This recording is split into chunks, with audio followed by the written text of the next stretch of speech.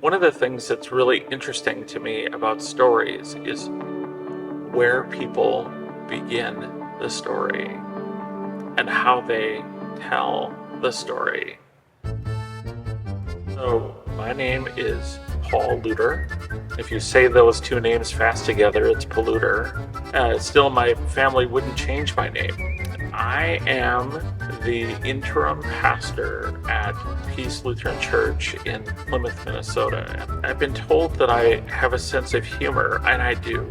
I think there's so much pain in the world inside the church and out that sometimes the light needs to get in sort of not directly, but from the side. And so I'm hoping that that's something that happens as I use humor. So when people have been through something hard, they either go right for the hard part or they sort of try to skirt around it. I'm interested in helping people see the integration of these things because I believe that God, who is with us in the midst of all kinds of hardship, is also with us in the rest of life too, in the ordinariness of everyday life. It is not uncommon in a conversation for me to say something about God being with us and just seeing what they do with that and how it impacts the story that they tell. Because God is with them, with us all, in the heights and in the depths, in the ordinary and the extraordinary, in the spaces of challenge and in the spaces of not really being sure what's going on. God is really there with us all. I also love story because when we tell stories, we're more apt to say things like, yeah, I'm not exactly sure how this came about. That's really interesting to me.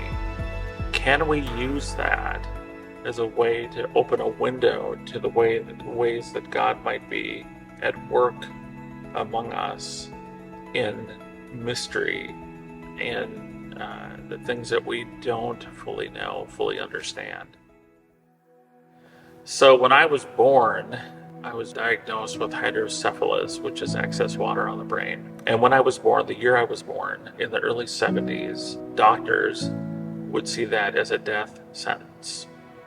So I was in and out of the hospital for the first several years of my life, having a revision where they put a shunt in my right ventricle of my brain. And my parents didn't know if I was going to survive or not. Would I go to school? Would I hold a job down? Would I live a normal life because of what the doctors were saying? So in the midst of that, I don't really remember any of that, to be honest, as it was going on. I had no idea.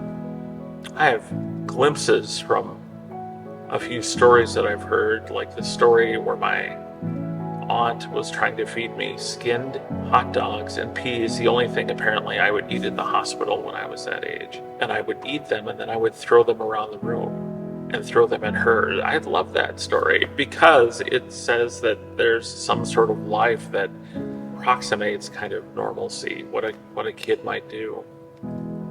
I was baptized right before I went in the hospital, and I don't know, I still don't know why God decided to be with me or us in all of that. I could have likely died. Others who had the same diagnosis have. Some have cerebral palsy, some have a number of different things. So I'm not sure why that's the case. So that's a point of mystery for me. But if you look in Scripture at how Jesus engages people when they are most in pain, he comes at it sideways, sort of, not always head on. So think about the story of the two disciples who leave the scene of the crime at the cross and head to Emmaus, and Jesus shows up among them. And they were talking about what had happened, and Jesus said, "What are you talking about as you go along the road?" And they said, "Well, are you the only one not to know what's going on?" And he could have said, "Oh, yes, I know what's going on. I'm the one." Well, he said, "What story?" Or "What things?" So then they told the story as they understood it. And Jesus used their dialect and used their way of framing a story and reframed it, put it together in a different sort of way so that the last word wasn't death, but his resurrection.